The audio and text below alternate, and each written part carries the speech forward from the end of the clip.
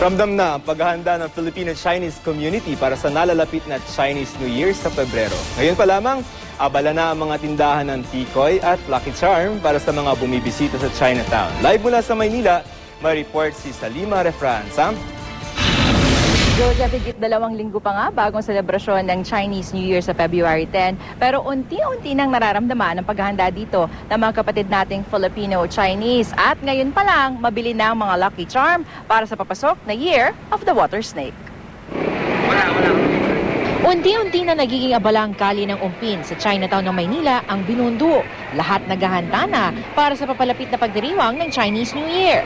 Ang mga tindahan, inilabas na mga binibentang tikoy. Ang mga tindahan ng Lucky Charm, tuloy-tuloy ng pagtanggap ng mga customer na hangad ng swerte para sa Year of the Water Snake.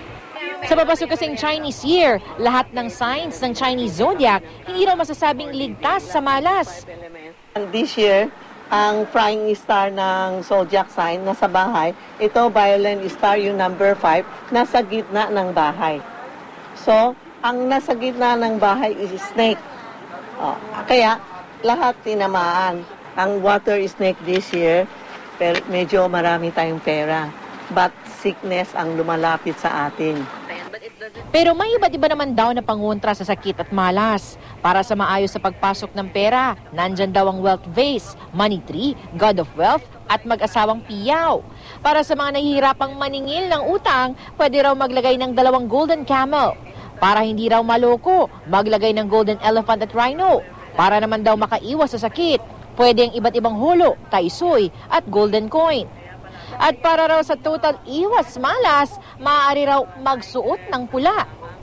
Ang bad energy takot sa red Kailangan magsuot na tayo ng pula para yung bad energy hindi pumunta, para hindi tayo sakitin po. Para naman daw sa mga naghahanap ng pag-ibig, pwede magsuot ng pink quartz na bracelet at destiny thread. Para mas maganda naman ang pagsasama ng mag-asawa, pwede raw maglagay ng mga mandarin duck sa bahay. Para naman iwas inggit, magsuot daw ng evil's eye bracelet. Pero kung walang budget, may paraan pa rin naman daw para swertihin.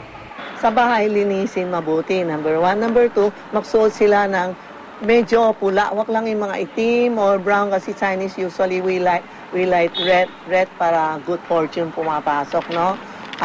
Say good word. Huwag lang yung palaging kaaway, mura-mura, forget the enemy na lang po. Ang magkaibigan sina Lani at Sheila, maaga pa lang namili na ng mga Lucky Charm. Ever since naniniwala ako and nafe-feel ko lucky ako pag sinusundan ko yung mga rituals. Sabi nga nila, if you think about something, you tend to attract it. So yun lang naman ang thinking. Pero payo ng feng shui expert, gabay lamang ang feng shui. Ang importante lang, if you believe, gamit mo. If you not believe, huwag kayo bumili. Joseph, paalala nga ng ating nakausap na feng shui expert, wala naman daw masama kung maniniwala, pero higit sa lahat, dapat daw nating tandaan na tayo ang gumagawa ng ating kapalaran. Joseph?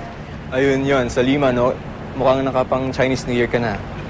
Oo nga, Joseph, yun ang sinabi sa atin, no? Mukhang naayon yung suot-suot kong kulay ngayon na pula at sinasabi nga para daw iwas malas, maganda ang magsuot ng kulay pula ngayong taon. Okay, maraming salamat, Salima Refran.